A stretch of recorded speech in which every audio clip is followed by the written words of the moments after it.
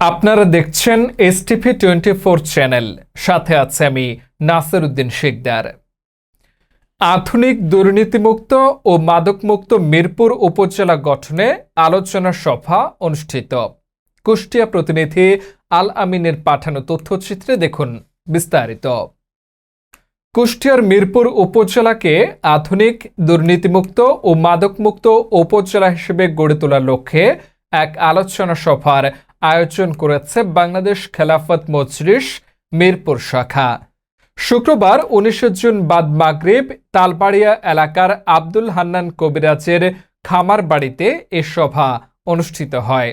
অনুষ্ঠানে প্রধান অতিথি হিসেবে উপস্থিত ছিলেন মাওলানা ফজলুর রহমান, কেন্দ্রীয় অর্থ সম্পাদক, বাংলাদেশ খেলাফত মজলিস। বিশেষ অতিথি হিসেবে উপস্থিত ছিলেন শাইখুল হাদিস মাওলানা আব্দুল লতিফ খান, সভাপতি, কুষ্টিয়া জেলা বাংলাদেশ খেলাফত মজলিস এবং জেলা শাখার সাধারণ সম্পাদক। সভায় মিরপুর উপজেলা পরিষদের চেয়ারম্যান পদপ্রার্থী হাফেজ আরিফুজ্জামান তমাল উপস্থিত থেকে উপজেলার সার্বিক উন্নয়ন, দুর্নীতি প্রতিরোধ এবং মাদকমুক্ত সমাজ গঠনের বিষয়ে বক্তব্য রাখেন। অনুষ্ঠানে সভাপতিত্ব করেন মাওলানা আব্দুল আজিজ, সভাপতি, বাংলাদেশ খেলাফত মজলিস তালবাড়িয়া ইউনিয়ন শাখা, এবং পুরো অনুষ্ঠান সঞ্চালনা করেন জনাব মহিউদ্দিন স্যার, সিনিয়র শিক্ষক, তালবাড়িয়া মাধ্যমিক বিদ্যালয়। বক্তারা তাদের বক্তব্যে একটি আধুনিক, ন্যায়ভিত্তিক, দুর্নীতিমুক্ত ও মাদকমুক্ত মিরপুর উপজেলা গঠনে সকল শ্রেণী পেশার মানুষের ঐক্যবদ্ধ অংশগ্রহণের আহ্বান জানান। এবং আমার বন্ধু বান্ধব যারা আমাদের সহপাঠী এবং আমাদের সাথে যারা একসাথে আমরা কাজ করার চেষ্টা করছি, সকলের পক্ষ থেকে আপনাদেরকে আন্তরিক শুভেচ্ছা এবং মোবারকবাদ।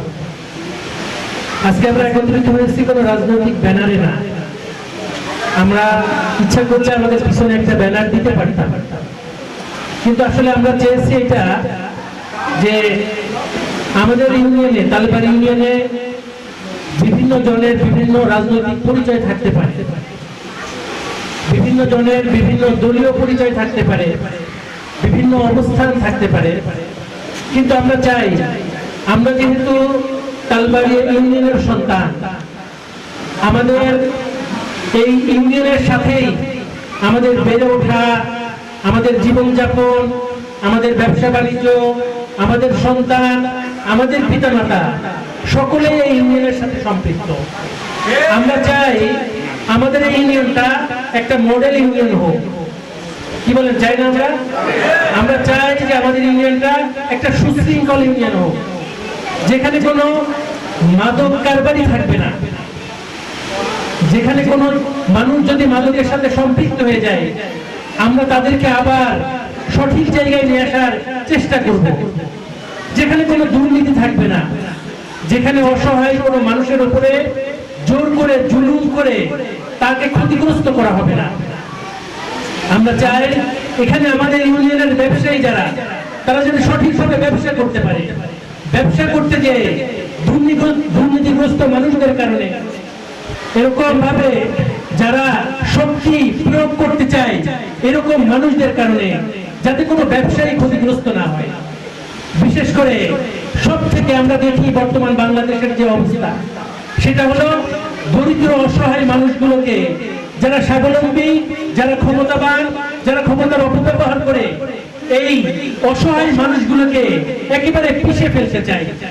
আমরা এই জায়গা থেকে আমাদের ইউনিয়নকে বাঁচাতে চাই, আমরা এই জায়গা থেকে আমাদের ইউনিয়নকে হেফাজত করতে চাই। আমরা দুর্নীতিমুক্ত একটা যুব সমাজ যাতে যেখানে সুন্দরভাবে তাদের জীবনযাপন করতে পারে, যুব সমাজ যেখানে পথ হারাবে না, যেখানে পিতামাতা তার সন্তানের জন্য রাত্রেবেলা বিছানায় শুয়ে চোখের পানি ফেলবে না, এরকম একটা সমাজ আমরা তালবাড়ি ইউনিয়নকে গড়ে তুলতে চাই। এটার জন্য আসলে কোনো দলের প্রয়োজন নাই। দলের প্রয়োজন আছে বলে? এটার জন্য কোনো দলের প্রয়োজন নাই। কোনো দল ছাড়া, কোনো রাজনৈতিক পরিচয় ছাড়া আমরা সকলে ঐক্যবদ্ধ হয়ে আমাদের তালবাড়ি ইউনিয়নকে সুন্দর করে সাজাতে চাই। আজকে আমরা যারা এখানে উপস্থিত হয়েছি আমি বিশ্বাস করি আজকে যেমন ভাবে আমরা ঐক্যবদ্ধ হয়েছি সমাজকে পরিবর্তন করার জন্য, দুর্নীতি মুক্ত তালবাড়ি ইউনিয়ন করার জন্য, এরকম ইনসাফ ভিত্তিক সমাজ কায়েম করার জন্য, ঠিক একই রকম ভাবে বিশ্বাস করি আমরা যদি ঐক্যবদ্ধ থাকতে পারি ইনশাআল্লাহ একই সাথে আমরা জান্নাতেও প্রবেশ করতে পারবো। কি বলেন, পারবো না ইনশাআল্লাহ? সকলে রাজি আছেন ইনশাআল্লাহ? আমাদের ছেলেদের হাতে সব সময় মোবাইল থাকে, আমাদের ছেলেদের হাতে সব সময় ইয়াবা পেন্সিল থাকে, আমাদের ছেলেদের পকেট খুলতে পারে মাদক পাওয়া যায়। তো যে ছেলে মাদক ব্যবহার করে, যে ছেলে স্কুলে মাদক ব্যবহার করে, যেই মেয়ে স্কুলে মাদক ব্যবহার করে, এই ছেলের থেকে এই মেয়ের থেকে আমরা ভালো স্টুডেন্ট কিভাবে বের করতে পারি? এই ছেলে যদি যে মাদক খায়, যে মাদক ব্যবহার করে, সে যদি ডাক্তার হয় সে কখনো ভালো চিকিৎসা দিতে পারে না, সে তো ডাকাত হবে। যদি মাদক ব্যবহার করে যে ইঞ্জিনিয়ার হয় সে কখনো সমাজের উন্নয়নের জন্য নিজেকে বিলিয়ে দিতে পারে না। কিন্তু আপনার সন্তান ইঞ্জিনিয়ার, কিন্তু সে নামাজি। আপনার সন্তান ইঞ্জিনিয়ার, ডাক্তার, কিন্তু তার সাথে আল্লাহ তাআলার সম্পর্ক আছে। আপনি চিন্তা করে দেখেন এই ডাক্তার, এই ইঞ্জিনিয়ার, এই সমাজ প্রধান, তার আচরণ কেমন হতে পারে? এই জন্য আমি আপনাদেরকে করজোর ভাবে অনুরোধ করব, আমার জন্য না, আমার জন্য না, আমরা আসেন, আমার থেকে আরো কেউ যদি ভালো আমাদের এই সমাজে যদি সামনের দিকে অগ্রসর হতে চায়, আসেন ঐক্যবদ্ধ হয়ে আমরা তার সাথে যাই।